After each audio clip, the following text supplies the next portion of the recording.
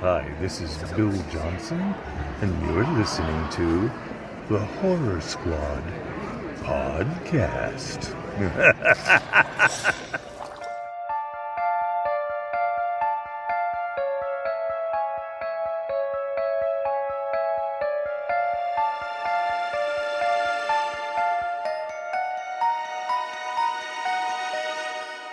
Hello, welcome back to the Horror Squad podcast. This is episode number 215. Tonight we're talking about the Texas Chainsaw Massacre 2022, currently streaming on Netflix, just came out last week. I'm one of your co-hosts, Todd. We have Steve, Sam, and Joe. Fellows, lady, what's going on? Hello, Hi, Todd. hello. And Todd, it's actually Texas Chainsaw Massacre. No the. Oh, there's no the. On this one, so get it right. Well, let's reshoot the whole episode starting now. I mean, hey, it's a big distinction. You know, you got Texas Chainsaw Massacre, the Texas Chainsaw Massacre. Then you also got the Texas Chainsaw Massacre 2003. Texas Chainsaw. Yeah. So Leatherface Part 3 and Part 7. That's right. Yeah. Yeah. Crazy. They need to calm down with the names, just like we discussed in Scream. Just do Scream 5. That's all you need. Yeah. Can one fucking series just do numbers? Like, please. Well, I'm excited to discuss another requel tonight. So You love them requels, Yes. that's for sure. it's the hot thing on the streets right now. We had remakes, and now the hot thing on the street is requels. So let's keep it going. Sally's been waiting 50 years, folks. So who's next? Like, you think of doing a requel that an original star has just been biding their time to kill the killer one last time? Alien. Let's get Sigourney back. Yeah. I'd watch that. Just get rid of Part 3 and 4 and just do Part 3 to Part 2. That'd be cool. You can even get rid of Part 2 if you want. No, what are you talking about? It's the best one. It's a requel, Todd. You got it. You can't. Well, if they want to go crazy, they can get rid of Nightmare on Elm Street 2 and 3. Yeah, and they just could. Have Heather come back. I'd be studying Freddy's since fucking 1987. I've been staying up since 1944. I haven't slept. I've been waiting to close my eyes after this night. She's all strung out and shit. Sleep starts tonight. Ooh. All right. I like it. She comes in for like 5 minutes and worthlessly gets murked. And Yeah. I mean, that's the one that probably makes the most sense if they're gonna do another one, because we've been waiting for a Nightmare on Elm Street forever, and like if they can somehow get Robert Englund to come back and put the makeup on again, that would be exciting. I'd be excited for that one. Although I don't know if it'd be very good, because like Heather Langenkamp's acting is not great. So, yeah, she's not that. Yeah. Yeah, I just want one where like maybe she spent the last like 40 years going to hell to find the Dream Warriors and then assembling them one last time to get rid of Freddy once and for all, you know? 40 years of going to hell, though, Steve? I mean, Sally went nowhere, and she spent 50 years. So. Well, Sally was at least a marshal or something. At least she had a job. Unlike Lori, who was just cheesing it up. Yeah. Ruining her family. Oh, boy. yeah, you couldn't requel Friday the 13th, because like, what are you gonna do? Like, Mrs. Voorhees would be dead at that point. Like, so it wouldn't be a requel, because then you'd have to bring Jason back, and he doesn't show up till Part 2, really. So, yeah, I mean, unless you go like really old school, like I'm trying to think like Psycho or something like that. You could do like, but I mean, you'd have to recast Norman Bates, which I mean they did in this one, so I guess it's possible. They recast both Leatherface and Sally, so they can definitely do it exactly. again, you know? What's Vince Vaughn doing these days? Right. Oh God. He come back. Oh Lord. I vote Tom Holland can be in Psycho. Oh, too much of him. He needs to take a break. Come on. They're gonna wear him out like they do every hot young They actor, are. and they just put him in everything until you're tired of him. Yeah. Are you guys excited for his new movie there? It's like a video based on a video game, right? Uncharted? No, not at all. Yeah, not really. It does, I saw the trailer. I was like, no thanks. It's just like any other action movie. It does. It looks like generic action movie. Yeah. I feel like it looks beneath him, you know? Yeah, Paycheck. I mean, it's probably gonna launch like a franchise if it does well, but it's still like, just give me Indiana Jones, give me old man Indiana Jones again. Oh, it's coming. I know, but they're actually finishing filming this week, I think. So Lord. he's so old. yeah, he's like 80. Yeah. How how much longer physically can his body? Well, I mean, you got Leatherface and Michael Myers running around killing people, so I guess it makes sense. Yeah. Somewhat. Mm-hmm. I'm curious if they're gonna ignore 4, like that never happened kind of thing. Or... I like 4, man. I'll stand by 4. I'll back it up. I Just like Spider-Man 3, I'll back it up. Right. We're not going on that subject. That's for damn sure. Right. All right. So we're gonna do questions later this episode because they're pretty much all Texas Chainsaw Massacre related. So it's gonna tie into our discussion. So you guys want to start with some what watched? Because I'm pretty psyched to talk to Joe, who finally watched Rectuma, his punishment for the Super Bowl loss. So Joe, what do you think of Rectuma? Yes. So Steve gave me this gem of a movie. Rectuma is about a gentleman who is on vacation with his lovely wife, who basically wants him murdered. She's reading a book that says like how to murder your husband in like 5 steps or something like that, and that's a running joke throughout the whole movie. Her trying to kill her husband. He while on vacation, he gets bit on the butt, and he doesn't know what really bit him, but he's like, ah, shit. So then he goes home, goes back to his regular mundane life, and he just keeps complaining about, his ass really hurting and stuff like that. So he decides to go to a proctologist who I think had a silly, I can't really remember right now, but and what we come to find out is that he was essentially raped by a horny bullfrog that basically splooged inside of him, and it's created like some sort of like blockage in his anus or something like that. So the guy's like, listen, like you're gonna die, like you only have like, he says, well, first he's like, you only have 6 months to live. He's like, wait, did I say 6? I meant 3 months. He's like, wait, 3 months? Actually, it's only like 6 weeks. And he's like, 6 weeks? No, I meant 2 weeks. And that's like the running joke for the entire time. Then it finally comes down to, you probably only have hours to live. And the guy's like, he's like, but there's one thing you can do. He's like, go see my doctor friend, Dr. Wansam, who is an Asian fellow. He goes and meets this man. By the way, like this movie is like super like just like every racist stereotype you can think of. It's not like terrible because like they literally go after like every single like race and like thing you can think of. So like they didn't leave anyone out here. Like everyone is offended by here. So he ends up going to him. He implants these toxic, like I don't even know, rods, like nuclear rods inside of his anus. And he's like, all right, but what you got to do is you have to get an enema. You have to do a saltwater enema after this thing. He doesn't do the saltwater enema, creates a massive nuclear buildup in his ass, which creates his ass to detach from him and just go on a rampage of killing people, smearing their shit, like smearing shit all over his victims and stuff like that. Obviously, the ass goes back to him after all the killings. His DNA is obviously all over the crime scene. He is, obviously framed for these murders by his own asshole. And from then, the asshole just grows bigger and bigger with the more toxic with just the bigger the asshole basically grows to the size of basically Godzilla and attacks the world in a Godzilla it even scales a building like King Kong at one point. I'll leave it at that. This movie is like it's terrible, but you know what, I kind of enjoyed it at the same time. Like it's like a trauma movie, right? So like if you're into like trauma movies, then I would say go for this one. Because like, you know what? I actually laughed quite a bit. It's about as low budget can get though. Like it is like not even, I wouldn't even call it a B movie. It is like an F movie. Like the quality here is downright awful. Like the whole movie is voiceover too. Like it sounds like they like filmed it in like they went back and like they recorded the voices, because like there's not even any background noise. Like when they just talk, it's just like their voices, and like you don't even hear like birds chirping or like any. So it's so fucking terrible. Know exactly what you're getting into when seeing this. So yeah, if you're a fan of trauma, I would say go for it. If you're not a fan of trauma and movies like that, absolutely skip this. You forgot to talk about the amazing music interludes between scenes. That's right. Yeah.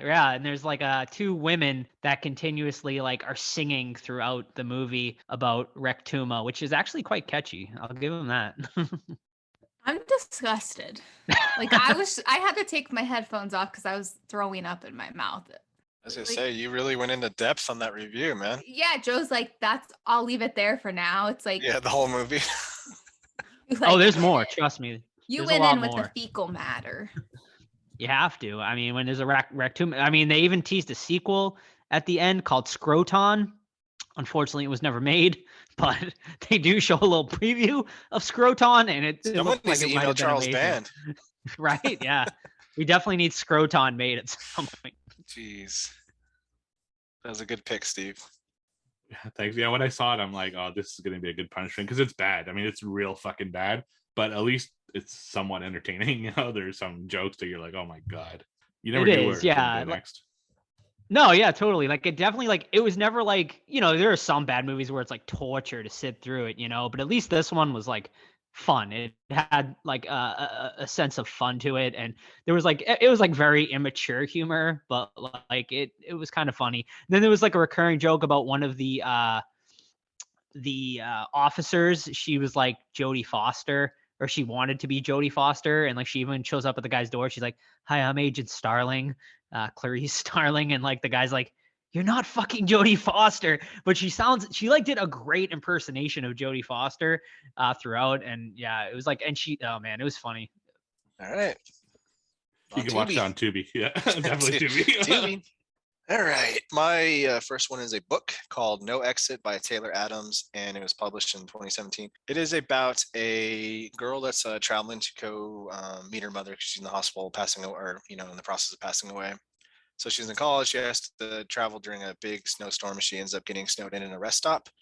And there's a, you know, small group of people. You got a couple, you know, the handsome guy. You got a fucking weird dude. And then she goes outside to try to make an emergency phone call, and she notices a creepy van parked in there. She walks up to the back of it and notices a dog cage with a little girl about 10 years old stuck inside. So she's been kidnapped, and they're all snowed in this rest stop. No cell service, no landline, and then no emergency services coming for quite a while. So she has to figure out, you know, which person inside the rest stop is the kidnapper, how to get the girl to safety because they're snowed in, and there's, you know, bunch of, you know, big men that could potentially be the killer, and she's like described as like a, you know, 5'0" 100-pound girl, so she has to outwit people. And then the mystery is like who's in on it, who's gonna side with her, and how she get out of the situation. So it's a little thriller. I liked it a lot. That's No Exit for the book readers out there. So I have one. I'm currently finishing it. It's called The Woman in the House Across the Street from the Girl in the Window. It was released on Netflix. It's starring Kristen Bell and Michael Ealy. It's pretty much like a dark comedy, I guess. I'm only a few episodes in, and it's like a parody of those mystery romance novel kind of book where she ends up losing her daughter. She's divorced and she's become an alcoholic, and she's also taken medication, and she has a new neighbor that moves across the street who's an attractive guy. Seems like he has all of his stuff together, but then she witnesses a murder and she ends up calling it in, and it's playing out to where they're making her feel like she's crazy, and you're like, is it because she's on the medication and the wino and all of that stuff? But then we see, like on our end, we see that the woman, well, maybe I shouldn't say. Anyways, if you like reading mystery novels and like stuff like that, give it a watch. But I would say it's more like a bathtub watch, maybe laundry, but you kind of got to pay attention. All right. So my first one, like we talked about in the last few episodes, we on our Discord have a movie club, and we picked a movie last month called The House, which you can find over on Netflix from 2022. And we reviewed it on Saturday. Thank you everybody who came and joined us. It was a lot of fun discussing that movie. So The House is a stop motion animated anthology. It's got 3 stories, and they're like half an hour each. So the first story is basically like these humans, because it's a different like breed every story. So the first one is humans, and it's about a family who are kind of kicked out of their house and brought into a much better house. And then the house starts consuming the parents, and then the kids are trying to figure out how to like kind of get out of that house and go back to their old lives, which they miss. It's kind of like a whole metaphor for things consuming you and not taking care of like your family and stuff and forgetting where you came from. So at least that's what I took from it. It's a pretty interesting story. It's got good score. It's very dark, and it's definitely the most horror of the three stories. Then we have a second one where it's a rat, and it's a rat who is he like bought like a shitty house and he's renovating it, but he's in a lot of debt, and this is kind of his entire life savings put into this house, so he needs it to go really well, and he gets other rats over to like kind of do an open house, but then these bugs start coming in and shit, and he's trying to like clean them up, but then all of a sudden he does his open house, and these two other rats just start living in his house. They're like, oh, we're interested, and they start making themselves like too comfortable in the house, and then he tries to get them out and he can't. It's a pretty crazy story. There's some stuff in this particular one that was really like, whoa, okay, that came out of fucking nowhere. For those who watched it, there's a scene about a dentist that's like just blew my fucking mind. And this is probably one of my favorite story of it, because it's kind of a metaphor for people getting in over their heads, and at first, when debt piles up and stuff like that, you can kind of control it, but eventually it becomes too much and it overwhelms you. So pretty good story, and my favorite of the three. And then finally, the third one is about cats. This one, it's the house is like surrounded by water, and it's slowly sinking. And this girl has tenants in her house, and she's trying to keep the last tenants that she has, and she's trying to renovate it to make everyone happy. But she doesn't take anyone's input. She just wants to do everything her own way. And eventually her tenants start moving out, which is making her kind of lose everything. And this one's about, kind of finding common ground with people and listening to other people's advice. And because if you don't, and you draw a line in the sand, you eventually lose the ones that your friends and stuff like that. So the whole story is very like big metaphors. It's a really deep film, and there's a lot to like about it, but like that last one was pretty boring, and it's not the greatest film. We did enjoy discussing it because it's a highly discussable film, but overall I'd say maybe worth a one-time watch, but if you're not going to have anyone to discuss it with, maybe it's a pass on this one. So that's The House over on Netflix. Alrighty. My last one tonight is a film from 1979, a movie I've been wanting to watch for a very long time because it is considered a classic, and it is one that I've never just watched before. So I decided to watch Phantasm, which you can watch over on Tubi for free. And yeah, so this one is about, well, it opens up with like this dude, he's like having sex with this woman and he gets murdered. His two friends think he committed suicide. So we go to his funeral, and then this young boy kind of like stays back and is kind of like spying, and he sees this tall man. Instead of going to like bury the body, he puts the casket into a hearse, which is like he thinks it's like kind of mysterious. So he kind of like goes and kind of scopes out the tall man some more. He comes to find out basically the tall man is like a psychopath, essentially, that basically like has all these like minions working for him. Like, God, I don't even know how to describe some of them. Some of them look like they were straight out of Star Wars, like those little, what are they, Ewoks or something like that running around. And then he has like this crazy ball spear that goes around and like sucks people's brains out and shit like that. Yeah. So then, and the movie essentially from there is just like this kid trying to outrun the tall man and survive his minions, and the two older gentlemen, I can't remember their names right now, but they, he kind of brings them into it, and they try to fight. The three of them kind of try to fight off the tall man together. And that's really the story. Pretty basic. It's a pretty basic premise. I had mixed feelings about this, but overall I come out mainly, I guess, positive. It's not like, to me, it wasn't like anything amazing, but I could see why people love this movie. Cause like, if I watched this when I was younger like when I was a kid. I think I really would have loved this. Like I think a lot of it is nostalgia for sure for people. I will say the score. I loved the score of this movie. I really liked like the little minions and stuff. The tall man is a pretty cool character. But yeah, I mean, my biggest negative is it's just like a pretty simple story. And there's not like a ton of like substance. It's more just kind of like the creepy tall man and like his creepy minions and stuff like that. But there's not much else there. So for me, like I enjoyed it. Would I watch it again? Probably. But to me, like I think I would give it over on Letterboxd. I'd give it like a 3 out of 5. So decent watch for me. Boy, Yeah. there's my tall man. I think I don't. go ahead. I just don't. I don't know if I would have the like interest to continue out the sequels. I mean, granted, they do leave it obviously with like a big opener, like the way it ends. But I mean, the sequels were. I know you weren't a fan of it. I don't think either one of you guys are fans of it. I mean, have you watched any of the sequels? I watched number 2, and I think I remember liking it actually more than Yeah. 1. And then the last one I think was Ravager, maybe 5 years ago, and I watched that and it was donkey shit. So yeah, I just never liked those, man. But teach his own, right? All right, my next one is another 90s shot on video classic called Kingdom of the Vampire. This one is about a mother and son. The mother is like supposed to be the last of a great vampire clan, and she used to have a kingdom, and they were hunted by humans and blah blah blah. She has her son, who's also a vampire, but he doesn't want to be, and he's very sensitive. He likes girls. He doesn't want to kill them, things like that. And she just like berates him and picks on him and calls him names and abuses him and all that stuff.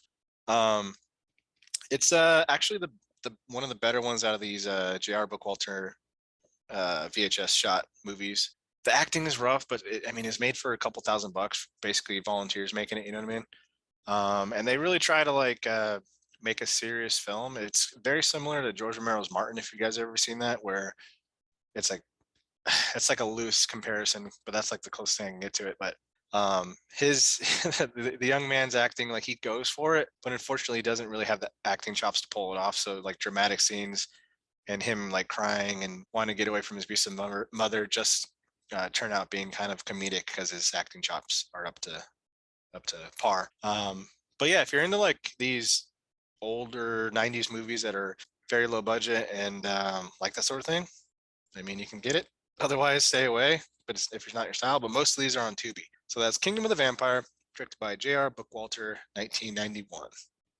So my final one this week, in honor of today's review, is a movie starring Gunnar Hansen with chainsaw in the title. You might have heard of it. It's called Hollywood Chainsaw Hookers, which is a 1988 film over on Tubi. I'd never seen this, and I'm currently on an 80s binge because I'm preparing for our episode in July for the top of the 80s. So in this one, it's basically a detective is looking into a bunch of crimes that happen by hookers who are chainsawing people to death. They basically pick them up and then just chainsaw them.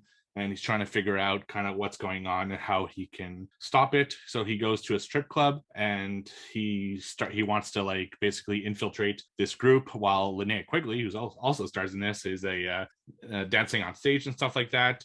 Gunnar Hansen is the leader of the cult that is kind of commanding these hookers to kill the people. And yeah, that's basically the story. There's not a huge story on this one. The film was like, okay, to be honest with you.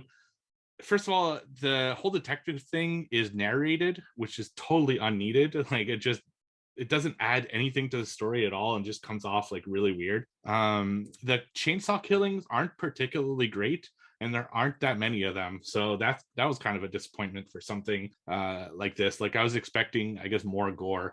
But if you're looking for like tits, plenty of those in this movie. I mean, everyone gets topless in this. It's just that kind of 80s exploitation film. And the end, it was super weird. Like becomes this whole like cult ritual thing that just made absolutely no sense. And the characters like disappear and shit. It's just fucked up. It's just weird.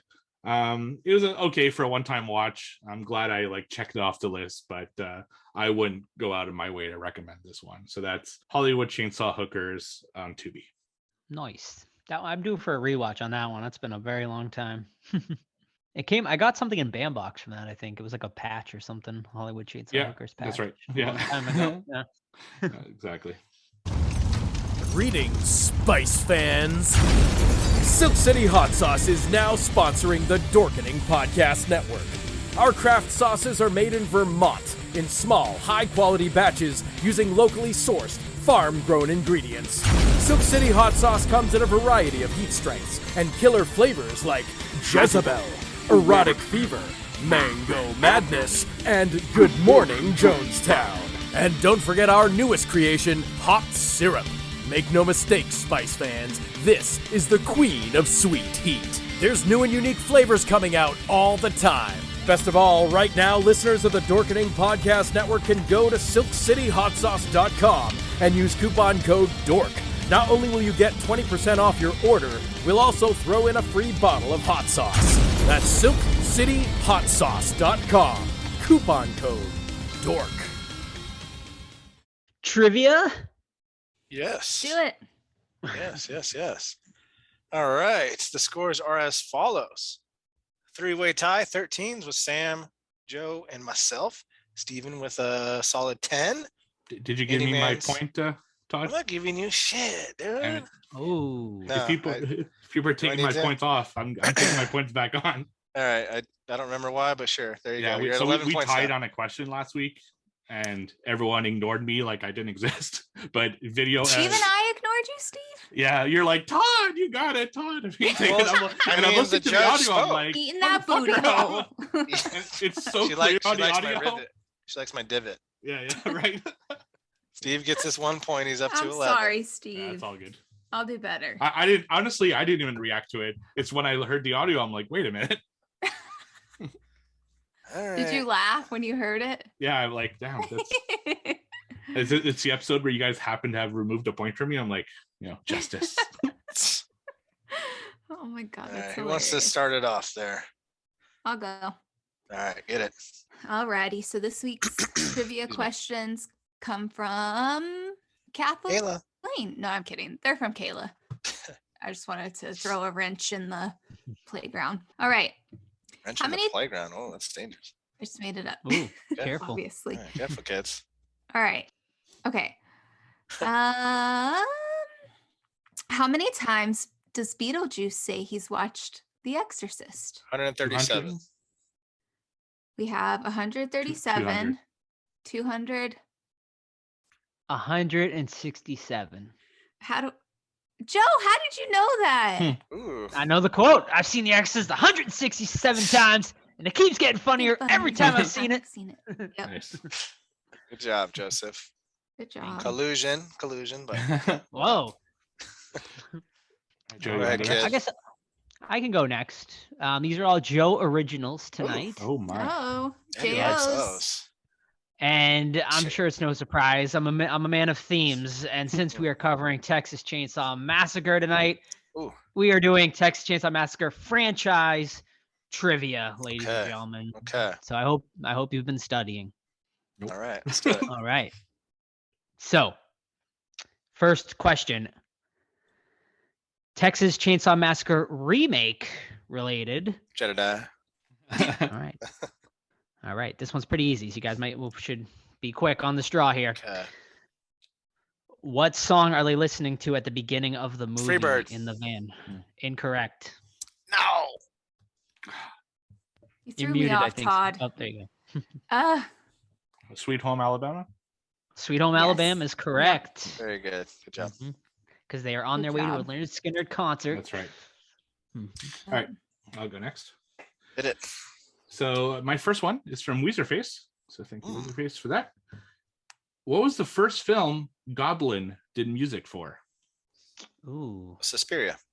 Wrong. Yeah, that would have been my that would have been Oh. my guess too. Demons. Fuck. Wrong. Demon Knight. Seems Suspiria probably came out first Wrong. anyway. You guys want one more guess? Sure. You're in the right ballpark. Deep Mhm. Red. Correct. Yeah, I was like, it's definitely a Fulci movie. Yeah. No, that was Oh, that's Argento. His face, you're yeah. right. Deep Red, Argento. 1975. Yeah.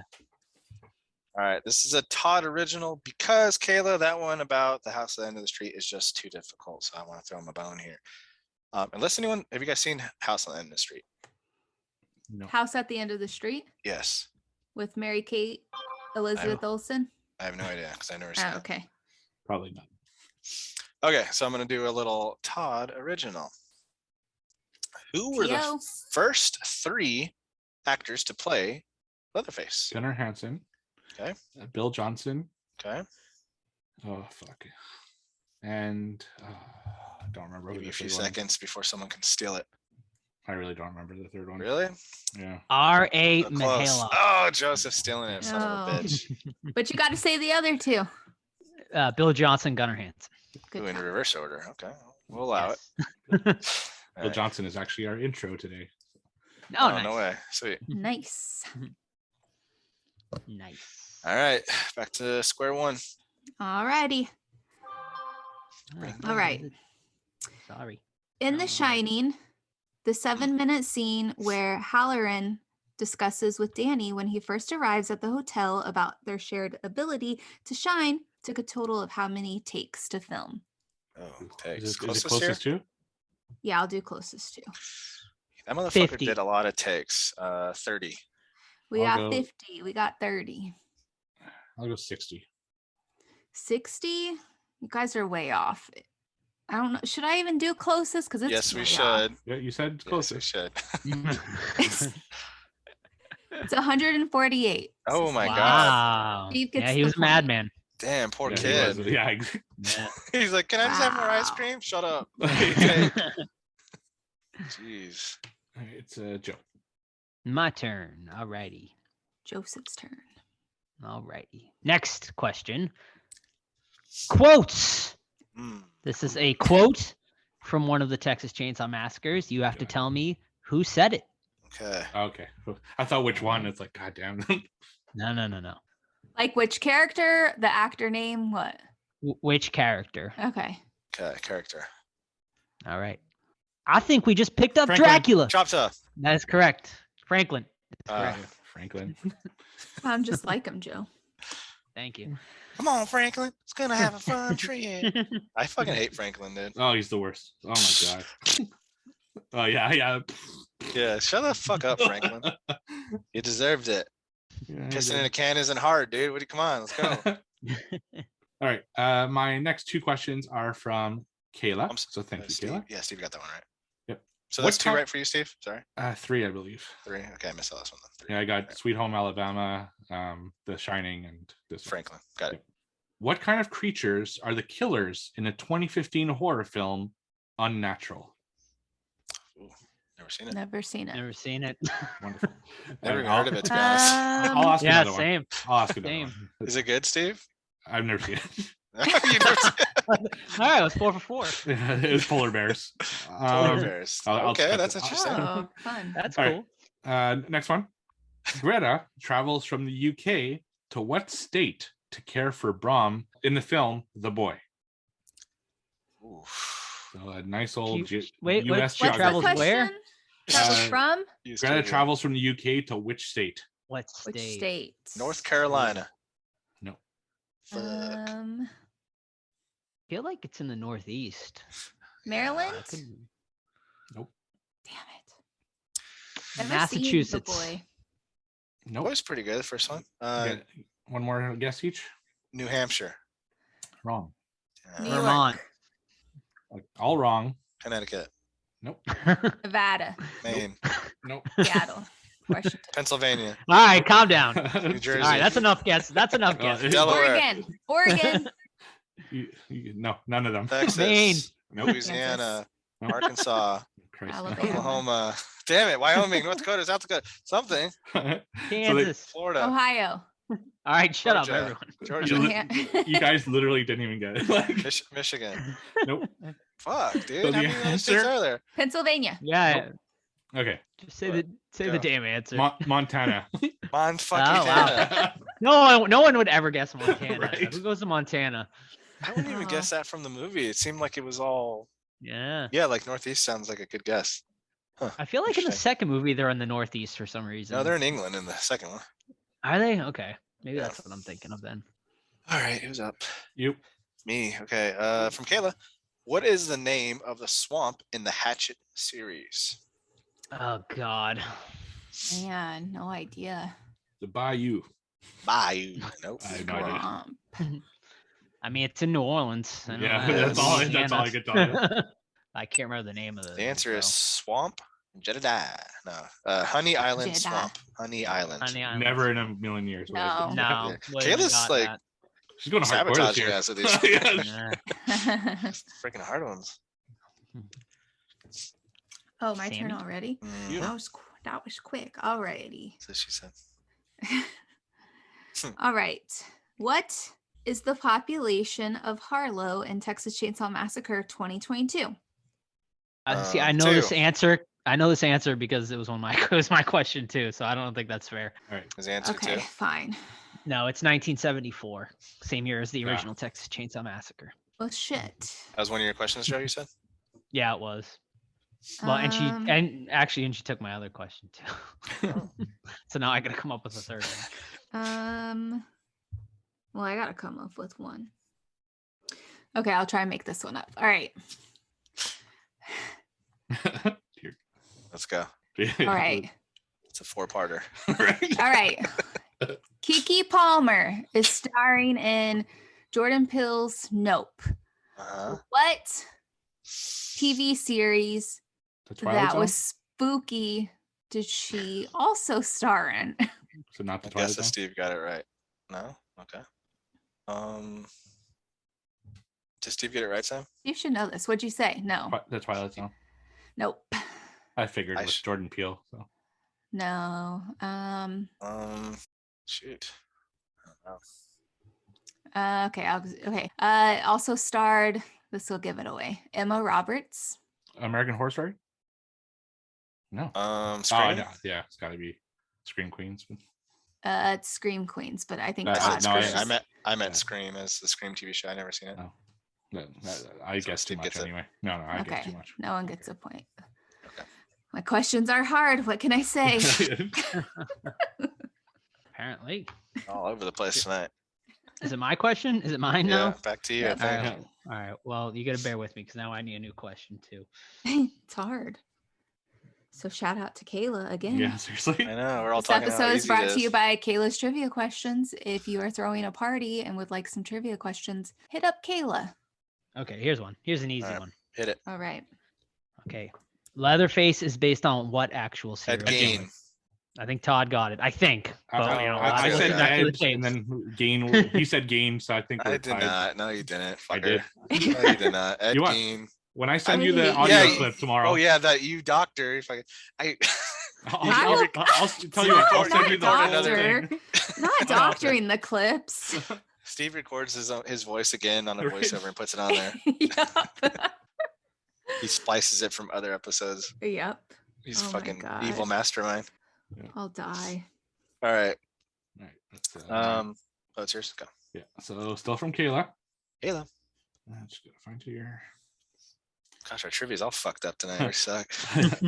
What are the names of the 3 killers in Wrong Turn? Oh God. Jedediah, Name Zedediah, one. and Zedediah.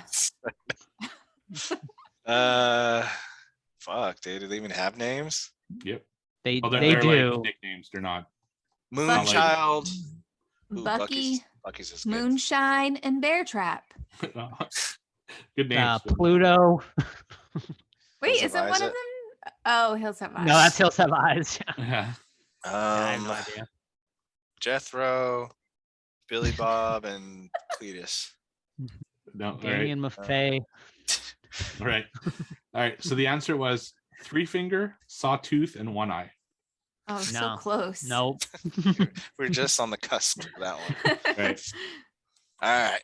What is the subtitle of the 1988 film The Howling Part 4? Subtitle? Oh my Yeah, God. like Never the seen Texas it. Chainsaw Massacre, Full- The Next Generation. Full moon. It's something weird, if I remember. It's like something really not- stupid. It's not weird, actually. No. Okay. It's pretty original. Hmm. Full Moon is incorrect. The sound that haunts you. Incorrect. I don't know. I don't remember. The original Nightmare. Oh. Oh, I Never like seen that. past part 1. I'm scared. I thought one of the Howlings had a pretty weird Maybe. subtitle. Oh yeah, it's part 3, the marsupials, and part 2 is werewolf bitch. Are you serious? Yeah, That's Werewolf funny. bitch. I knew some of them were super weird, but That's great. I wonder if that's good. yeah, werewolf bitch. That's awesome. That'd be a fun Instagram handle. Yeah, Yeah, it is. There it is. Werewolf bitch. yeah, It's a terrible picture too. it is. Oh, it's on Tubi. There you go. All right, someone's up. Is it? Oh, that was it. That Yeah, was that's it. a terrible night. That was Steve with it. 3, Joe with 2, myself with 2, Sam with 0. That brings us Wah, to wah. Joe in the lead with 15, myself with 15, Steve 14, Sam 13, which concludes game number 7. So close. Wah, wah. Get into the final month. That was a sloppy. Oh yeah, that was sloppy. That was kind of my fault. No, that's not your fault. It's fine. All right. We Texas Chainsaw? Yep. Yeah. Okay. The moment you've all been waiting for, 50 years in the making, 50 Texas Chainsaw years. Massacre. And let me emphasize this, Texas Chainsaw Massacre, not as Joe pointed out earlier. Thank you. After nearly 50 years of hiding, Leatherface returns to terrorize a group of idealistic young friends who accidentally disrupt his carefully shielded world in a remote Texas town. All right, so there is a young group. They're kind of like influencers kind of vibe I got from them. You know, they're the typical like let's make changes kind of crowd that's going on in the world right now, for better or worse, give or take. And they decided to buy up a whole small little ghost town in a remote Texas area. And they're planning to like make it, I don't even know what they're planning to do, honestly, make it like a utopia or something. I don't really get it, don't follow it, but they're going there anyway. They immediately run into a woman that has an orphanage that she's supposed to be there. Like, hey, like we own this town, you got to get out of here. And she's like, no, you don't. Makes her freak out because she claims that she owns the house and like they never owned hers, blah, blah, blah. So she starts having a heart attack. The police are called, they take her. And then one of the teens or the young adults decides like, hey, I need to go ride in the ambulance with her for some stupid reason. So they go off in the ambulance. Oh, wait, there's one of her orphanage sons that, you know, has been with her since the beginning. He's an older guy. He's going to go with you too. That's not going to end well for anybody. So this man goes with the 2 cops, the dying woman and one of our girls. And the girl on the way in transit, she passes away, and it makes the son or whoever this character is snap and attack the police officer, ends up crashing. Oh, lo and behold, it was Leatherface the entire time. Then he breaks out and he goes back to the town because that's where he lives, and he's not gonna let any hipster kids invade his Texas town, all right? Because he doesn't take that. He's sassy. Meanwhile, you have a girl that has a weird subplot where she survived a school shooting, which makes no impact on the plot whatsoever. We have a Texas mechanic who's like the, I guess, stereotypical Texan. You know, he doesn't take anything from anybody, but I think he's gonna bang this girl at one point, but then it kind of passes from that. And then Leatherface comes back and starts slaughtering everybody that's there to volunteer to start cleaning up the town. So leave it there. What about Sally? Oh, yeah. What about Sally? Indeed. Sally, Sally from the original ended up, after surviving the first movie, became I think she was what, a sheriff or a ranger, Texas Ranger, something like that. But she was hunting Leatherface for the last 50 years and couldn't find him.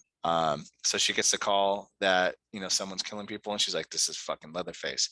I'm going to put my hair back, get my shotgun, get my cowboy hat on, and go over to Harlow and hunt this guy down and hopefully save some kids in the process. We'll see. Don't forget pulling out the 50-year-old Polaroid that she just had in That her she truck the whole time. didn't have at all in the movie, I don't think. In the original, Steve watched it most recently, right? How did she get that Polaroid? Well, who And it was took the photo? the hitchhiker. I don't in even the remember. original. Hitchhiker. Yeah, that's had right. Okay. Yeah. All right. I think he did. He took it and like passed it around, but there was, and then he took another. He took a few, so it's possible. How did she get it back though? Like, wasn't it in the van? Like, did she have it in her pocket the whole time? I guess. Like, it's not like she went back. Yeah. It was perfect condition too, like someone just took it. Yeah, that was Right. more of the Yeah. issue. It's like, Even Sarah Connor in Terminator 2 had that picture and it was all fucked up like Right. at the end. So you know, like there's a lot of digest with this one, like good and bad. You know, like it had some great aspects to it. So I'll go over the stuff I like first.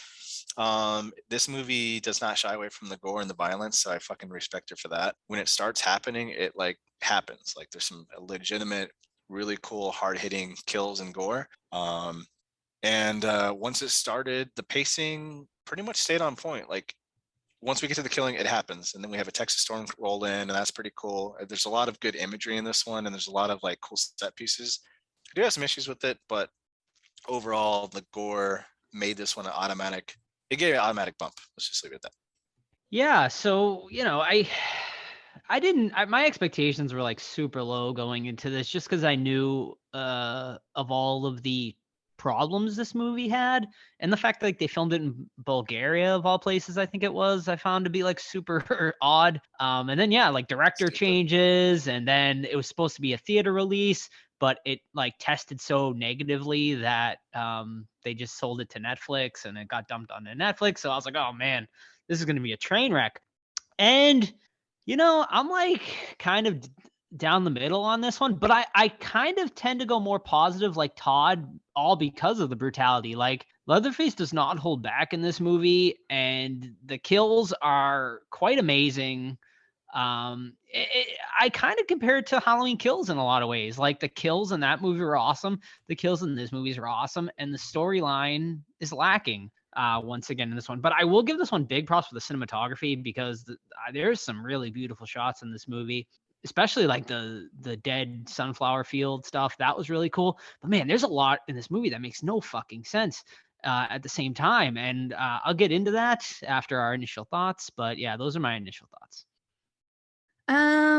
All right. So I'm just gonna read my little notes, because when I was watching it the other night, I was like, let me jot down some notes. I wasn't like hyped up for this one, but I was like, yeah, I'll watch it, whatever. I love the remake with Jessica Biel. It's such a great movie. It's so scary. It's terrifying. So Leatherface, when he's in the van, when they are rushing his foster mom or whatever the fuck.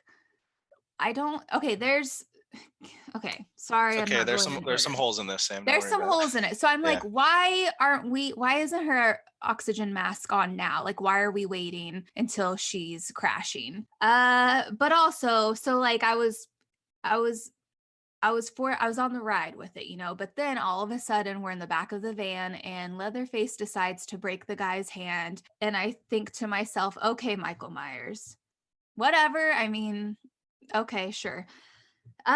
So then Dante, one of the main guys, the main guy, I was upset. I was like, why even, like, he should not have been killed. And it was so early on, like he walked out in the road later on in the movie, but I was really disappointed that they killed him like within 10 minutes of the movie starting. It didn't flow right, I think.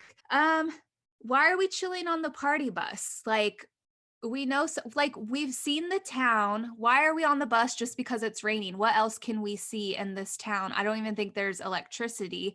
Well, maybe there is, because the theater marquee is like fully lit. You're right. Okay, so why aren't we like in the theater or somewhere else? But why are we on the bus? Like, isn't it time just to go to the hotel room and then we can decide if we want to invest and come back tomorrow or whatever? But okay. So this is where I was really disappointed. Now, Leatherface, like, what I missed so much about this movie is that you also have the family that he's with be such a big role in the movie, to where it's disgusting. Like, his family's gross. They'd like to torture you. And it's like, what am I trying to say? Like, it goes on and on and on, and it's just gruesome, and you're wanting it to end. Like, your skin is crawling because they do close-ups on like their mouths. They're perverted. They're just so gross. And there was none of that. So it took all of the nastiness that I love about it. It took all of that out. But why did it take 49 minutes for a chainsaw to appear when it's Leatherface? Like, 50 minutes until he grabs a chainsaw. I don't understand. I don't like that. And then we go into Sally. The part when she's like, say my name. It's like, okay, Sally's child. Okay, Destiny's Child. Game of Thrones, dude. Just stop. And also, like, towards the end, okay, there's just a lot of stuff towards the end. She has him 2 feet in front of her and she just lets him walk by. Like, why, Sally? Why? If you've been waiting so long, you would never have let him walk by. Also, the main girl, she doesn't, like, when she grabs the chainsaw and she like uppercuts him in the face. She doesn't even like cut his face. She just like cuts him in the jaw and it accidentally knocks him into the water. Like I feel like it should have been a good cut to the stomach and like not just an uppercut. It was kind of weird. It made me think of like Evil Dead. Made me think of Ash, but okay. And then also real quick, that ending scene was pretty triggering. Like was not expecting that. I'm sure Joe will talk about that towards the end, but I just didn't get attached to the characters. I wanted more. Some of the gore was cool and I'm glad about that. Like I'm not shitting on the movie, but I just think that they could have added a little more like grit to it to make it more Leatherface. But yeah, I'm glad that I watched it. So that's all I have for now. I should absolutely hate this movie. Hated all the fucking characters, like all the characters in this. I could not stand pretty much any of them, for all their own different reasons. Mostly because they're underdeveloped and too like stereotypes of themselves. They all play to such a strong stereotype that it was kind of just pointless. So yeah, hated that. The story is stupid. Bringing back Sally was just the dumbest thing ever. This really did not need to be like a sequel to the original. This could have just been its own Texas Chainsaw Massacre thing and it would have been perfect. In fact, I think it was actually a kind of a handicap to attach it to say that this was a sequel just to the first one, because it left more questions than we wouldn't have had it not been, because the whole orphanage thing made no sense. Like, was he there after the events of Texas Chainsaw? Was he like 12 but somehow the body of a fucking 30-year-old? Like, who knows? Like, the story is completely muddled. And yeah, on paper, this is like, something I should absolutely hate, but I fucking didn't. I really enjoyed watching this. And part of it, and I think the reason I like this more than Scream and Halloween Kills, which had similar issues where I didn't like some of the characters and everything, is because those characters I don't like get their fucking due. And I super enjoyed that. And maybe I'm an asshole for doing this. I kind of cheered a couple times when some of the characters died. And that's bad when your heroine or your hero gets killed. You're not supposed to fucking, jump out of your seat like, fuck yeah. You're supposed to be sad about it. But I wasn't whatsoever. The kills are great in this movie as well. And not only are they like gory and stuff, but they're all like, they're unique. And I really appreciate a good unique kill, like when they're doing different types of kills, because like in Scream it was just people getting knifed in the stomach like most of the movie. It's cool, but it's not super interesting, whereas this, every kill had its own like unique take to it. So that was pretty awesome. But yeah, there are also a lot of weird decisions in this movie. Like this chainsaw, my god, they need to sell that shit in stores because it cuts through everything. It's crazy. It's cutting through wood, it's cutting through pipes. You can fucking slide on the floor, no problem. It's like the best chainsaw apparently ever.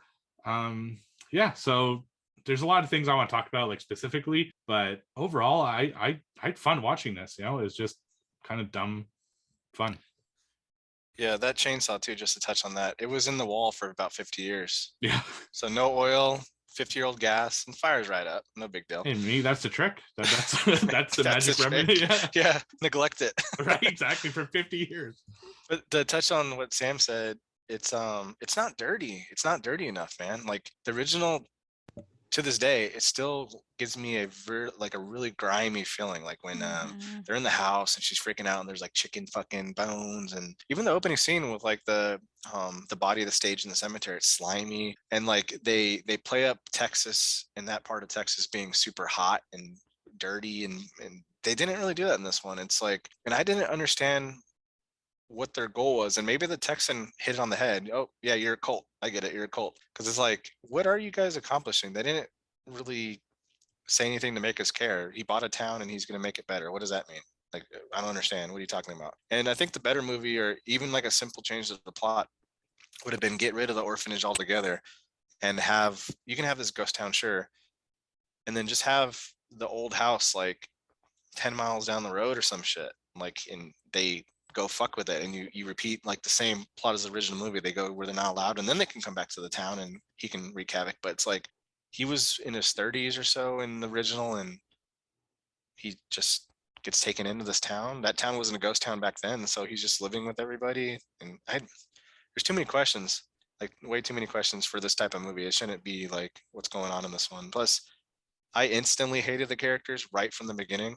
I don't want, like, when it's like highbrow. Oh man, I'm gonna sound like the people from Scream. But when it's like highbrow horror, like I understand like putting, political messages or racial equality, things like that. But in Texas Chainsaw Massacre, you don't need to have that stuff. You just have to have kids or whoever being killed by a psycho, And Steve mentioned too, like stereotypes. Even like you got the girl that you called the cops, and then the girl had a heart attack, and then you blamed it on the cops in the same scene. Like you can't have it both ways. You call the cops to get her out of here, and then you're upset that she's getting out of there. It doesn't make sense. But then you have like the Texan too, the mechanic, being like the biggest stereotype you can possibly imagine. So like they play every single stereotype for good or bad. Like, oh, you got it's like they try to tick off every single thing they could at the beginning. Like you got the cops pulling us over for no reason. You got the Texan guy speeding and fucking blasting smog in the air. It's like, give me a break. Just have a quick plot. Let's get to that bus scene because I like that bus scene a lot, and let's just knock it out. But I'm more with Steve too. I fucking liked it a lot, but I was waiting to discuss it because I could go worse than my original score or higher based on our discussion. So sorry for ranting for a little bit. So yeah, like there's just like so many problems here, but like I kind of agree with you guys. Like it is a lot of fun. Like if you can just turn your brain off and just like enjoy the brutality of it all, like it is pretty fun. Like I definitely had a lot of fun watching it, but then like now that like after I watched it and like sat on it for a day, like I thought about all the problems it had. Like, can we just like talk about like Sally like getting fucking lifted 30 feet in the air with a chainsaw, and she's a 70-year-old plus woman and she survived it? Like, come on, like give me a fucking break. Yeah. Why did, like Sam said, you made a big deal out of this and you're 5 feet away from him, and why did he even walk past her to begin with? Why didn't he turn and kill her? Right. Well, there's so many unanswered questions here. Like, and my biggest problem is one Steve already brought up is like, if this is a direct sequel, like what the fuck is this orphanage thing? Like when did he go and live with the Sawyers, right? I always confuse Sawyers and Hewitts. I think Sawyers are the original family, right? From the original Texas Chainsaw. I think Hewitts is the remake family. But when did he go and start living with the Sawyers? And when the fuck did he go back? Like, why would he even leave the family? Because the original one, they're all alive still. But it shows him as a kid living at the orphanage. Right. Did it? It makes, yeah. In this movie, there's like completely. Yeah. There's a picture on the wall of all the kids in the orphanage, and right. You're right. You're right. His face is all scratched out. So he leaves the orphanage, I guess, and goes and lives with the Sawyer family. And then maybe after the events of Texas Chainsaw Massacre, he's like, let me go back and fucking go chill at the orphanage and go like hang out there.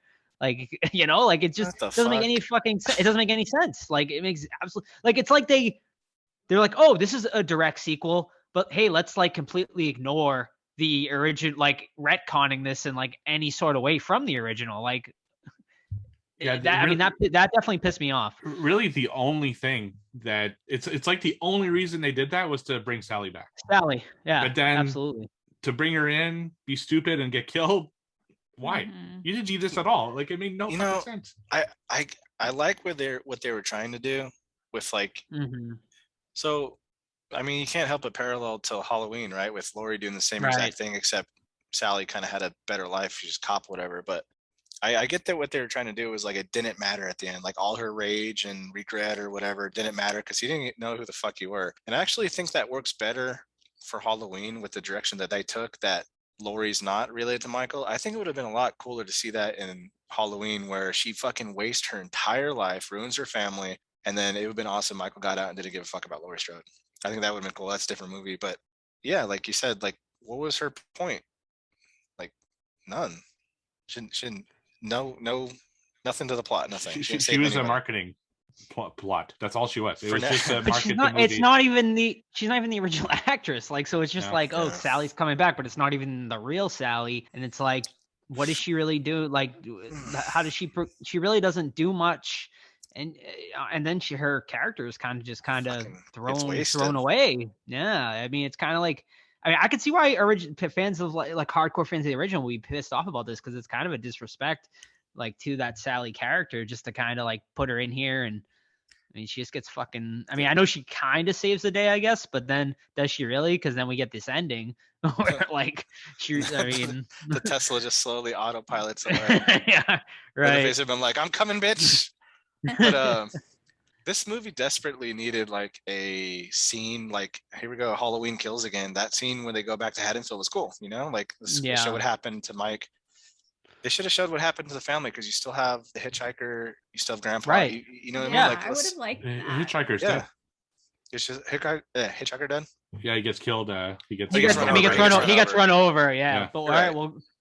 I Well, mean, let's the go other back guy, to the scene. you would assume the old man is dead and Grandpa's still dead. alive. No, because immortal. in part Grandpa. 2. Yeah.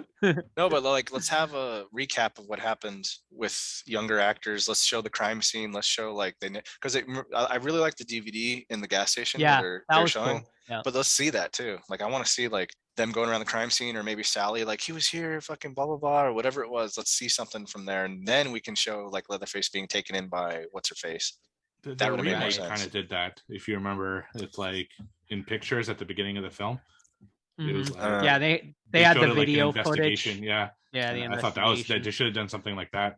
And then at the end, he comes out and kills a guy in the remake too. Yeah, that was cool. Yeah, but like, so do you think? I feel like it was intentional that like Leatherface is like your kind of hero, right? Like, I feel like you're rooting for Leatherface in this movie, right? Depends on what they're going for. Because I feel like that's what they're going for. Okay, then why make the girl a school shooting survivor then, and That- not I try mean, to that's make us emotionally connect with her? And that plot line makes no sense. And like, I understand, like, they were like, oh, okay, well, she like, it's like, get up from that, you know, like, don't let that define you. Like, that's kind of what they're going on. Because when she's on the ground there, she kind of like is cowering, and then like she hears like the get up, and she does finally like get up and fight against Leatherface. So I guess that's what they were going for there. But like, it's just a really weird like plot device. Yeah, it's like she's there. afraid of guns, and then she gets an AR-15, but it doesn't work. It's like, what was the point of nothing? It was like a bunch of hot button issues that never went anywhere. They just had them. And same with this Texas guy. Like, okay, it would have made sense if he was like a member of the family, which I think everyone probably was thinking that. Yeah. Right? That's what, right? But like, then he's just like there, right? Like, he doesn't really do anything. He doesn't really add anything. Like, if he was like a member of like the Sawyer family, that would have been cool. Yeah, and speaking of him, so amazing. he's there like to like prep the town, right? That's his job. Yeah, So, he's like the and contractor. he has a shop in there, right? Uh-huh. How does he not know? His truck only. Yeah, but how does he not know that there's people living in the town? Like, he's like surprised that there's an old lady living there, like 3 buildings down in an abandoned town, and it makes no fucking sense. But then he makes it his business by getting all fucking high and mighty. Right, like, exactly. The deed, motherfucker. Yeah, takes their So, like, keys. Yeah, it's weird because like they make him like the bad guy, kind of, you know, like. But also the hero, kind of. For yeah, a but bit. then, exactly. Right. And then 10 minutes later, he's the hero. Like, oh, he's gonna whoop some ass, but then he gets his knees broken backwards, which is awesome. Yeah, that was cool. Yeah. Yeah. And that one chick gets a fucking sledgehammer to the chest. And she's cool. She's okay. She's fucking cool. Yeah. Yeah. That would have completely like collapsed her fucking rib She'd been cage. dead. Yeah. Now that sledgehammer needed 50 years in a wall or something like as well. And okay, so let me get this straight though. These 2 chefs are the ones responsible for rebuilding this town just so they could have their own little restaurant in this town. It makes, I guess. like they should at least be like fucking entrepreneurs or fucking real estate developers, or why are they they're chefs? Are they? Or maybe the guy, maybe Dante was a chef, and then I think his girlfriend or wife, she was an artist. So I think they had money where they were going to buy this town, and then the investors come, and then everyone buys their own. It's like they're building the town up. The blonde girl. They're was building it his wife, together, I believe. Right. The curly-headed Yes. one was the one that was like the investor. I think. I think they were both chefs. Yeah, they she's worked the other together. chefs. Yeah. That's They why were they both had to chefs. stay in the town while the blonde girl left with the. Okay, why did the that's- blonde girl yeah. leave? Let's go back to that. That makes no sense either. It's like, who Yeah. cares? It's none of your business. There's help there. Not who Right. cares, but I know it's what you like, mean. You It's don't not your know these responsibility. people. And I think No. if I was Dante, especially how she talked to him, I would not want my wife to. I'd be like, don't go with her because she's racist and Here's why she fucking went. happens. Why should I get Don't her worry. away from there? She went so we would follow that storyline, because otherwise, why are we following that storyline, right? Yeah. Like, there's no need to follow it otherwise. So But it put her should've- there. Yeah. They could have What? done a thing where Leatherface didn't go, and then they don't know that he's there, and so then the lady dies. They go in the house looking for the house note or whatever, and then that's when he comes. Like, it's like he didn't need to go with her. I mean, cool. Well, if he didn't go though, he wouldn't have known she died, and then there wouldn't have been a reason for him to go on the rampage. He could have got a phone call. Text. I'm dying, son. I will say I'll give props to the dude who played Leatherface in this, because I thought Leatherface, like, he was really good in this, really brutal. I loved it. Did you like the mask? I thought the mask was cool. Like how he cut off the mom's face. Why did he cut off her face though? Cut off exactly. Oh, so I can didn't know it explain was her that one, I face. think. Go. Go ahead, Sam. I was gonna say I didn't know it was her face at the moment, like when I was watching it, Todd. That's why I messaged you, because I was like, "Wait, whose face is he cutting off?" I'm like, "Why would he cut off her face? That's Yeah, his he's supposed to mom." love her. But I thought he looks a little too much like Scary Stories to Tell in the Dark. He does, actually. He does. Now you say I kind that. of do like it though, but it's not Leatherface, Yeah, so that goes back to the Ed Gein story, like the original serial killer it's based on, and the inspiration for Silence of the Lambs and Psycho is that what he would do is he would at first dig up corpses and stitch them together, and then when he ran out of corpses, he started killing women to finish his job, so he can wear a suit of a female to yell at himself as his mother. That's how fucked up Ed Gein was. Jesus. So I think that this version of Leatherface is like, so like not a mama's boy, because it's not his mom, but like, his caretaker's boy, I guess you could say, that the only way that he can find the courage to fight back is to become his caretaker. So by putting on her face, he kind of channels her energy, which is what Ed Gein kind of did as well. And I think that's why he wore her face. All right. Makes sense. I'll go with it. Yeah. A lot of people actually complain about it. They said it should have been the original mask, but that would have made no fucking sense. I mean, in a movie that makes no sense. But, oh yeah. He should have had it in the wall with the chainsaw, and it's just that would have been awesome. Just like a shriveled fucking thing. Yeah. But he knew how to like preserve skin, so why would that be crazy? Yeah, but 50 years is a long time. Taxidermist. It would have been a lot of decay. Like skin is still gonna decay like after 50 years. Dude, how about when he grabs a cop's hand and breaks it and shoves it in his throat? Todd, that's what I was saying. That was the best. No, I hated that. It was too Michael Myers. It was too Michael Myers-y. I loved it. Yeah, that was my favorite kill for sure. I like the knee break. That was I hate fucking knee break shit backwards. Ugh. Yeah. So I liked when he took her head off at the end, and then I was so pissed. With the chainsaw. I was so pissed that she was gonna live. I was like, no, the worst character in this movie. And like, oh, never mind. There he is. Yes. When she opened the sunroof for the window, I knew she was done. Yeah. I know. I'm like, girl, you're not safe yet. Get the fuck into another state. Let's do 2 mile per hour. Right.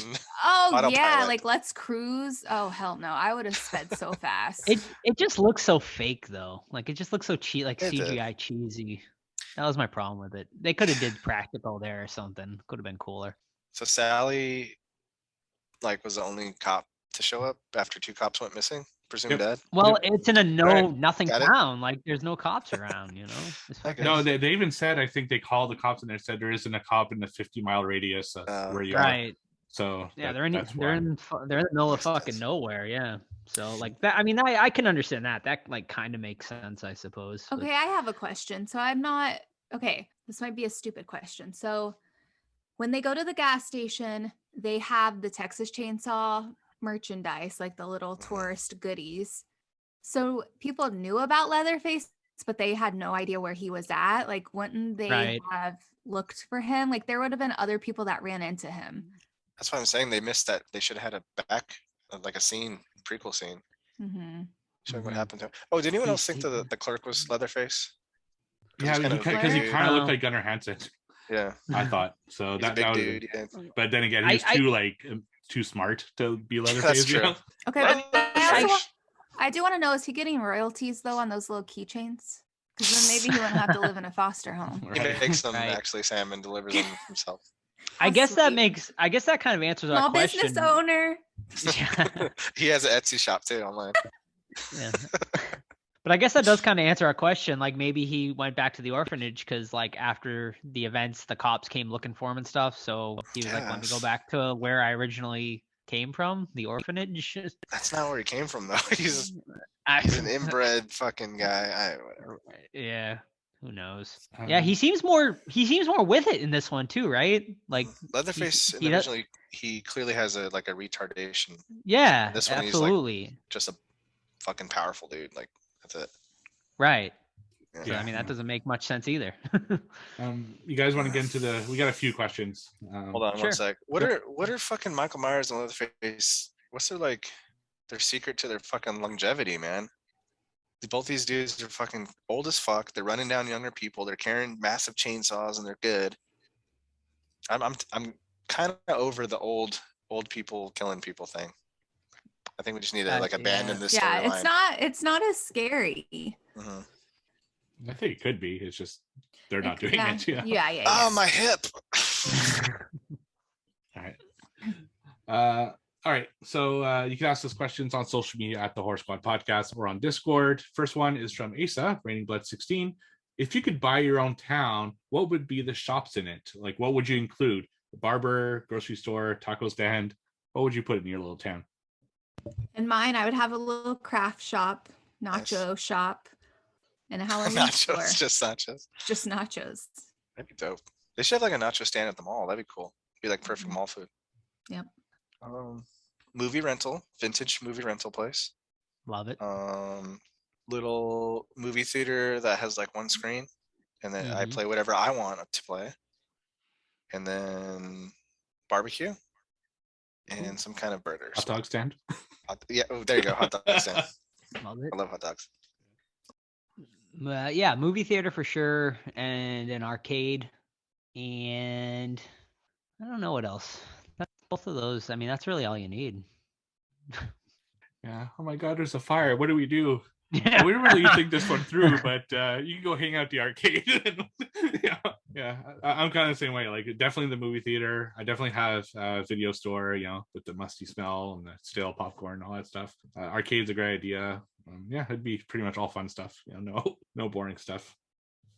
He also asks, give us your TCM franchise rankings. Now, I don't know about you guys, but I have trouble remembering all of them. So I'm just going to give you guys my kind of the ones I remember. So you guys want to go first or?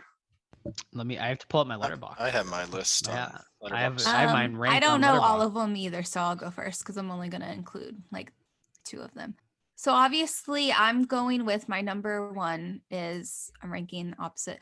My number one is the remake with Jessica Biel. Number 2, I'm going to give it to the original. And then 3, I always forget which one this is, but the Matthew McConaughey one.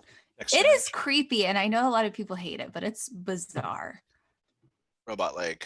I think it's because that's the first one that I saw of Texas Chainsaw Massacre. So, all right, solid list. I'm gonna go original, part 2, remake, Leatherface, which is part 3, Texas Chainsaw Massacre, the one we just watched, Texas Chainsaw 3D, Texas Chainsaw Massacre: The Next Generation, which is a sequel to the remake, and then The New Beginning, which is a sequel to the remake, and then Next Generation, Matthew McConaughey, Renee Zellweger, and then Leatherface that came out in 2017, which I thought was terrible. I do love the remake, the sequel to the remake, where the brother is going to war. Vietnam. Yeah, that one is really good too. My favorite one's actually the remake for Jessica Biel, followed by the original, then part 2, then probably this one, the Texas Chainsaw Massacre. Then I'd go 3D, and then the rest are all moot points for me. So, yeah, I watched the Ken Foray one, Steve. Which one is that? The last 3, Leatherface. Yeah, I haven't seen that one. It's got Viggo Mortensen in it too. Oh, really? Oh, I really don't check it out. Early role, yeah. What year is that? It's 2000? 90? I think 90. Yep. Oh, yeah. Okay, that was part 3. Okay. Alrighty. So my my ranking is original Texas Chainsaw, Texas Chainsaw Massacre remake, Texas Chainsaw Massacre 2, and then I will go. You know what? I'm gonna go this one, Texas Chainsaw Massacre, And then I'm going to go Leatherface Part 3, Texas Chainsaw Massacre: The Beginning, Texas Chainsaw Massacre: Next Generation, and then Leatherface. All right. Next one is from horror fan Ryan. Whose face would you like to wear? All three of yours.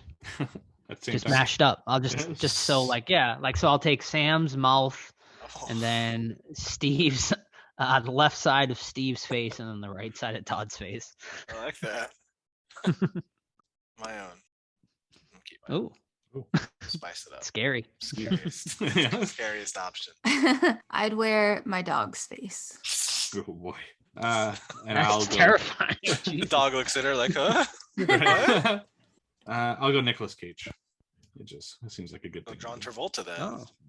Yeah. Fire right back with Face Off, classic. Yeah, I love that movie. That's a good movie. All right. And finally, we have audio questions from Chuck. So Chuck, what is your first question? Hey squad, Chuck here with a few questions. First, fuck, marry, kill, Leatherface, and Leatherface. 1974, 2003, and 2022. Who do you got? I just kill myself and not do any of them. Because they're all stinky Seriously. fucking. They all have stinky dicks probably. Yeah, They there's no don't wash. way. No fucking way. They're hanging around in like slop and fucking. No. No, I'm just fucking dying. Refusal. Yep. Wow. I'll take 74. I'll marry 74 and then fuck, remake, kill, new. Yeah. So actually, I'm gonna marry new. Because Hey, OG had the pretty lady mask. So that's why I'm gonna fuck OG and kill Leatherface 03, because the new one seemed to have like more of a head on his shoulders. So, and he cared for someone, so there's at least a shot for that. So that's why I'm gonna marry the new one. But yeah, the original's got the second mask because it's all dolled up. So Yep. ready for a special night out. And 03. Just put on a little makeup in this one. A little bit, yeah. A little blush. Yeah. All right. So Chuck, what is your second question? In the future, 40 years from now, what will people be nostalgic for?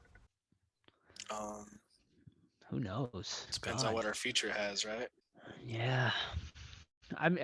Honestly, that's a better question to ask like kids in their 20s, right? Like stuff Euphoria like will be right nostalgic.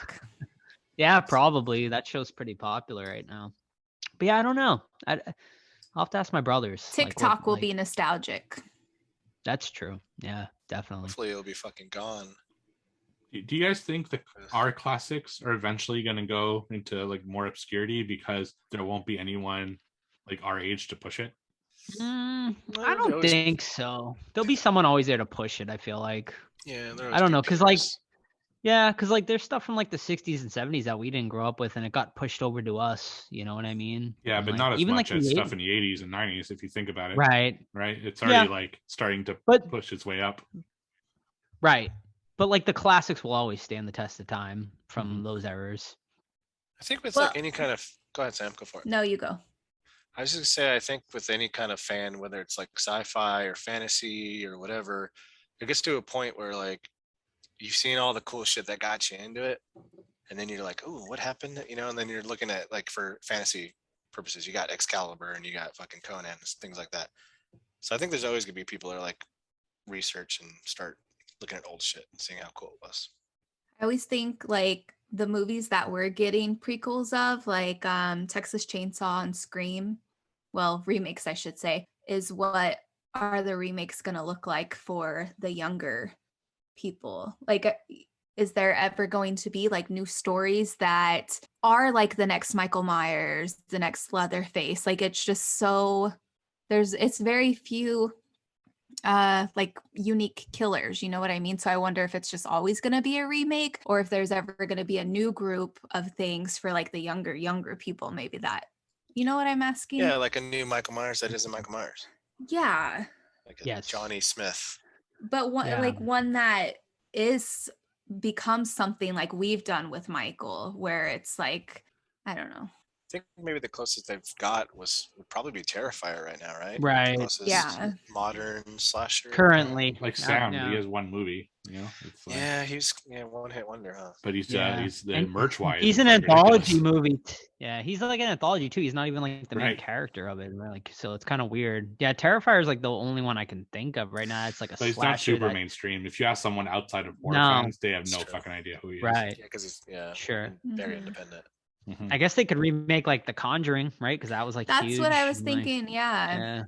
Yeah. Mhm. Just do But something like I think it's that. I just- guess yeah. there's no like icons of horror right now, like there was in like the 80s and even like the 90s. Obviously had a couple, but I'm trying to think like past that, like that, Yeah, but- especially that went into like mainstream. Like there's no one I could think of. Like you have like Victor Crowley, but he ask sucks. anyone outside of horror, and he's not gonna be known either. But to Sam's point, is Michael or Jason or whoever always going to get remade every 10 years and then to Probably. the end of time? Probably, Yeah. yeah. I Or think maybe so. not. Maybe I mean, at just some like point people are just gonna be like, drop that. You know, it's they'll But yeah, take but a then you're gonna have break. people like, where's Jason at? yeah. They'll take a break from them. They'll definitely take a break from them, like they have Universal Monsters, but then they'll bring them back, just like how they're bringing Universal Monsters back again. Yeah. Yeah, we'll definitely see. All right, Chuck, what is your third question? If you were locked in a room with your favorite horror character, who would it be and what would y'all talk about? Todd, you look like you Uh. have an answer about to come out of your mouth. And I just nothing's coming out right now. Nothing's popping out on the top of my head. I'm thinking. What movie character would we want to hang out with and talk about? Yeah, stuff? who would If you're you guys be locked in a chatting room, about? if you're Locked in a with one. room? I think Ah. Sam would make Michael Myers go crazy. She'd be like, "What are you thinking about?" And he'd be like silent, But tell twirling her me. hair and stuff. I'll go Hannibal Lecter because I feel like you could have a pretty good conversation with him. He'd make you kill Oh, yourself though, like he did that one guy. He might. He That'd might. be Yeah. scary. I'll go. I'll have a conversation with Chop Top, and we'll just talk about like musical interest and things like that. Oh, that's He'd be a cool fun. guy. Yeah. I'll go with. What? And I was like, I'll go with the guy who flings a semen from the Silence of the Lambs instead. No. Have a conversation with him. He's gonna How'd you- fling it on your face. How'd you get the air and the velocity on that semen throw? Bud? Yeah. Yeah. I would talk to Jigsaw, I guess. Probably Yeah. have a lot of philosophy. Anti-hero. Yeah. Yeah. Yeah. I'd go Chucky. He'd be funny to like, Hmm. you know, I'd sit in a room, watch Jackass with him, and just like, Ooh. He try to steal your body though when you're sleeping. right, Hey, would. There's always that problem. right. Which does he even try to do that anymore? Did he do that in the show? I forget. No, I don't think he can get He's out over it? anymore. Yeah. I mean, I think he's stuck. Yeah. I don't, Huh. well, he's take now. He can. It's multiple Chuckies, right? It's like No, the but he cult, took so- over. What's her name?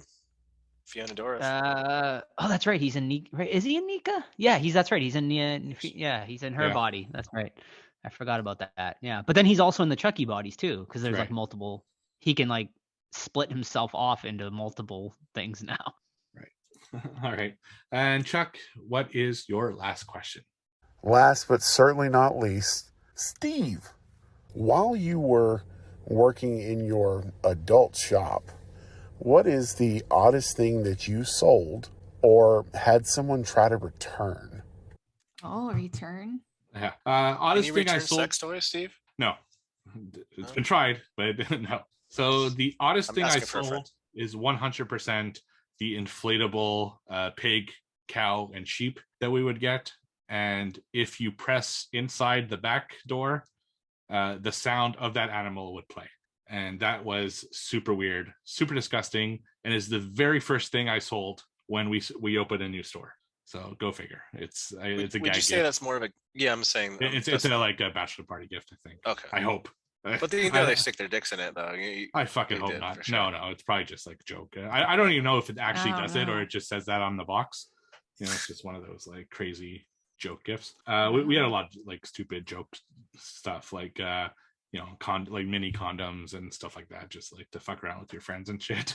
As far as what is the weirdest thing someone tried to return, pretty sure I've told the story, but the quick version of it is that someone tried to return a used butt plug and he like fucking just threw that floppy shit on my counter, and he's like, he argued with me to death, and he's going on and on and on. He's like, it wasn't comfortable, it's not what it was supposed to be, I didn't get aroused by it. And he just like, I was ready to kick him out of the store. Like it's because it was a slow day, and I was so amused by how crazy he was that I kind of kept it going. But eventually I was like, okay, no, you know what? You got to leave my store. I'm going to have to ask people to get you out. And as I'm like ready to say that, I look at the bill. It's not even my fucking store. It's a completely different chain of stores. So he's trying to return a used butt plug at the wrong store.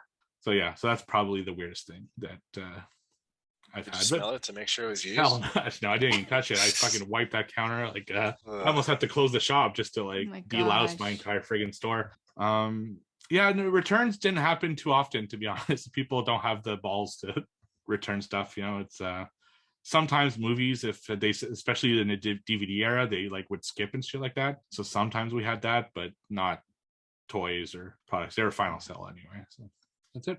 Thank you for all the questions. So did you guys like or dislike, like it more or dislike it more since we talked about it? Leatherface. My opinion hasn't changed, I don't think. Mine either. No. Yeah, about the same. Well, let's rate it then. What about you, Todd? No, because you liked it for the same reason I did, and then negative reasons for they said, so it kind of still balanced it out at the end of the day. Yeah. So there wasn't any 2 or 4 against it. Yeah, so. I put it a 3.5 out of 5 on Letterboxd, so what's that, a 7? About a 7? Yeah, 7. Because Gore was still pretty damn good. Leatherface looked pretty damn good. Sunflower thing was cool. The bus scene was fucking awesome. Yeah, so for all those reasons, I give it that score. Yeah. Yeah. I mean, it's a fun ride. Like you gotta turn your brain off and just ignore like a lot of the noise in there. But the brutalness is awesome of it. The kills are great. But there's a lot of problems here, and I just cannot look past the problems. I want to rate it higher, but I just can't based off of that. I still think it's definitely watchable, definitely worth a watch. I would watch it again. I really would. But yeah, unfortunately, it's just bogged down by a lot of bullshit. So I'm gonna give it a 6.5. Yeah, so I liked it. It was a fun ride. There were some plot holes in it, but that's okay. I would watch it again. And Joe, what did you rate it? I gave it a 6.5. 6.5, and Todd gave it a 7. Mm-hmm. I think I'm gonna give it a 6.8.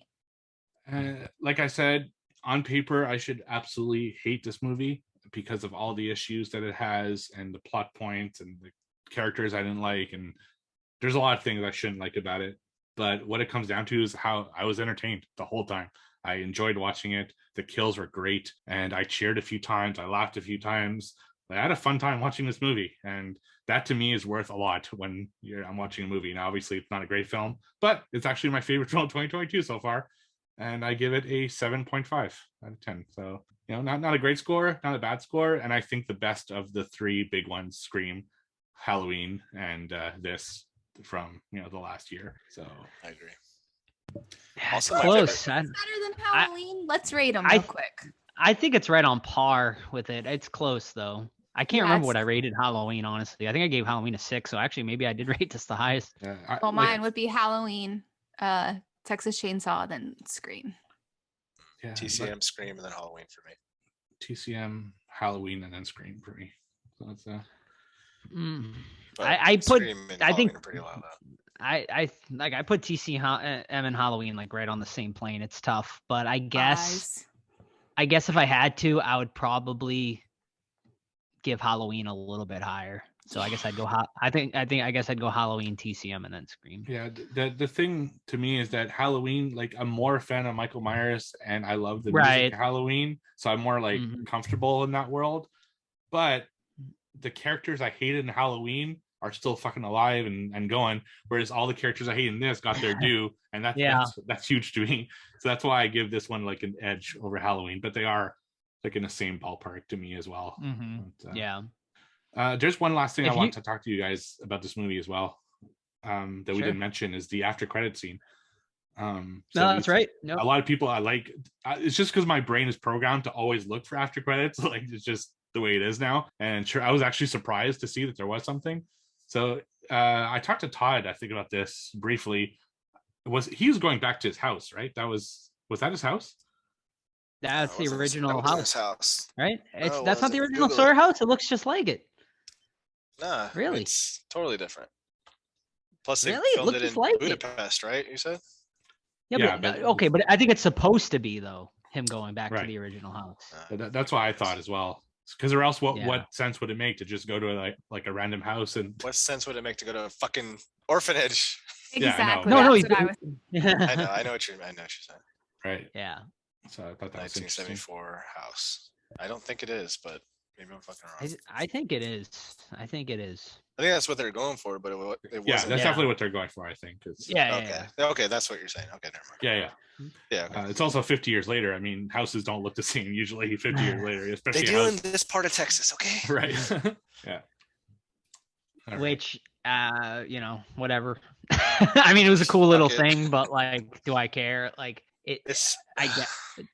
I mean, are they going to make a sequel like with this new Leatherface? Yeah, you think so? Yeah, I think so. Everyone's watching it. So is this girl our new? She's our new heroine. She's going to come back for revenge because 50 years from now she will. Yeah.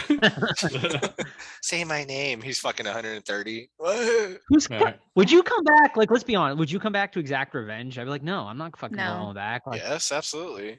You would? It was like her brother and stuff. Yeah. I would want to, but I would want to, but I wouldn't. I'd be like, why am I going to risk my life? You know what I mean? Just fucking let it die. Man. But what if I die? Then it's like, oh, well, he won. So be it. 2.1 on Letterboxd right now for this movie. It's pretty low. That's pretty low. It's shockingly low compared to Scream, which is 3.5 still. Yeah, and I'm curious, like, why does she immediately assume it's Leatherface that came back and not someone just doing a copycat? Like 50 years later, it's weird to me. You know? 50 years though this guy hid.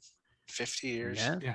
Yep. Didn't kill a single person in 50 years. Right. And then she's like, she hears on the radio that someone killed with a mask and a chainsaw, and immediately she's like, well, that's gotta be 85-year-old Leatherface because maybe he was like killing animals or something instead. I don't know. Maybe they should do it in like a retirement home next with Leatherface in the chair.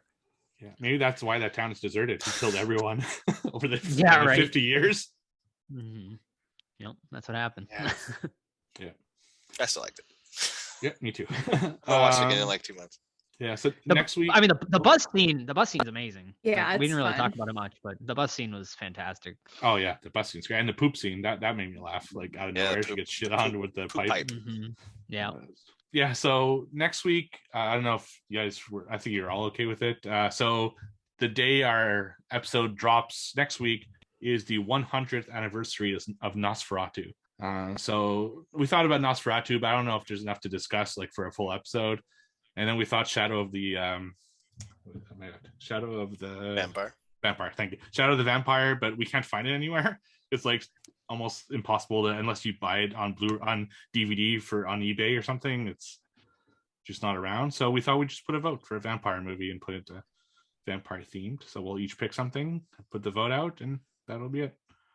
Have you guys thought of something? Yep. Near Dark, baby, my favorite vampire movie. Wait, so we just need to throw a vampire movie in? Yeah, any vampire movie. Okay. I'm going to go with Buffy the Vampire Slayer. Yeah, I figured you would. Great. She's a babe, dude. Mm-hmm. Dr. Howard, we got fucking Pee Wee Herman. Yeah. Luke great. Perry. What's his face from Scream? Yeah. David Arquette. Oh, yeah. Yeah. Surprised no one wants to do Lost Boys. Let me in, man. You're flying. Or Twilight. Oh, God, please. Oh, watch out, Todd. That's what's going to be your punishment. I mean, it's good. See, the reason why I'm not in a hurry to give Todd his punishment movie, because I know he won't watch it. He'll just he'll look up the notes on it. He's a fair game. Stern but fair. Stern but fair. I love that. God, I love that. From fucking Gumball Jackass? Rally. I got from Jackass. Yeah, well, it's the Jackass crew at the Gumball Rally. Every time they got arrested in Russia, they're like, Russian police, cops. Stern but fair. I think that was like Jackass 2.5 too, not even like the fucking original 2. I don't know. It I is a still need to special see they the new did. one. Yeah, it's funny. The new one's funny? No, I haven't seen the new one. No, the Gumball Rally was Oh man. when they sing about Latvian police because they kept like pulling over their super expensive cars and stealing them. Yeah. Doesn't he go to like a sperm donation bank in Russia too? Yeah. Oh man, those guys are crazy. Yeah. Anyway, vampires, Near Dark. Buffy. What's your Sam? Buffy. Joe's DVD apparently. I'm thinking. Give me a second. I'm looking right now. I'm gonna go with. I've never seen it, but I've heard good things. The Only Lovers Left Alive. Never even heard of it. Tilda Swinton. Tilda Swinton. She's good. She's good. Yep. Is this new? It's a Jim Jarmusch movie from 2013. What was it? The Only what? Only Lovers Left Alive. Only or the? Only. Just only Okay, Lovers there it Left is. Alive. This fucking letterbox can be finicky. Okay, yeah, it's available. It's on Tubi. Great. Sweet. Nice. 3.8. Wow. Yeah. And for me, it'll be What We Do in the Shadows. Oh, Dead Don't Die director. Oh. Damn it. What We Do in the Shadows? Fucking, I love that movie. Oh, Yeah, I'm it's almost done with fantastic the one. season 3 too. Oh, good. Oh, What do you think? Definitely picked up. Yeah, Yeah? the end of season 3 picks up, thankfully. Should Yeah, I fuck. get back to watching it, Todd? Do and it. Steve? It's worth it. Yeah, the last like 2-3 episodes are worth Okay. it. May It's I just- approach the bitch? What? Yeah, it's just like episode like 3 to 6 are just not good at all for some reason. But then at least it picks up. I was considering Queen of the Damned for a second too. Ooh. Smoke show. been a that one, while. too. Yeah. Oh yeah. I'm surprised no one picked Let the Right One In. Or Let Me In. There's a lot of vampire movies to do one day. But There are. Yeah. Both those movies are good. From Dusk Till Dawn. Classic. Classic. they got no votes last time. Classic. Yeah, we put it up for something. Classic. Really? Yeah. Well, I'm not those sure are your which four one will win choices, this time. folks. Choose wisely. Yeah, I think it go anyway. I think it's Honestly, on go this one. Buffy because Sam always wins. Yeah, Sam No, always wins. So I don't definitely. think people will pick that one. I honestly. I didn't think anyone was gonna They pick picked Jawbreaker, and it was fucking, like- I really didn't either. Like in the first day when we did that vote, it was like fucking 13-1 and 1 for Jawbreaker. I was like, Yeah. oh. I was shocked. Yeah, I actually started watching The Love Witch, and I'm like, ooh, this is. It looks like it was filmed in Yeah. like 1970. I'm like, holy fuck! Like this movie, it was only filmed a few years ago, but man, the way they good. Is it filmed it, I was beautiful? really, yeah, like super beautiful. I'm excited to keep watching it, but I was like, I need to like, I was watching it on my phone. I was like, I need to watch this like on a big screen. or Yeah. something. Yeah. So yeah, I'm gonna wait. I want to watch it. Yeah, we'll watch it. We should watch it together. Okay. Oh, to date. How It's like sweet. it's like 2 hours though, which is kind of like. Oh, we didn't even mention the runtime on Texas Chainsaw. It's like an hour and 15 minutes, which was nice. Perfect. Like nice and It's tight. nice. Yeah. Was it? I Yeah. didn't even realize that. Wow. Yeah. Yeah. Yeah, It it's an doesn't- hour and if it 23 doesn't need minutes. to be longer, you don't need to put it longer. Yeah. Exactly. Yeah, it's listed at an hour 23, but it ends at an hour 15, and then there's like 7 minutes of credits. Yeah, Nice. nice and short. Perfect. All right, guys, that's going to wrap it up for another episode. Let us know what you think of Leatherface and the new Texas Chainsaw Massacre. Be sure to follow us on Instagram and check out our Discord. It's always a great time over there, and you can be a part of some fun stuff that Steve always has going on over there. So check it out. And thanks again for listening, and we'll talk to you next week. Bye. Bye. Bye.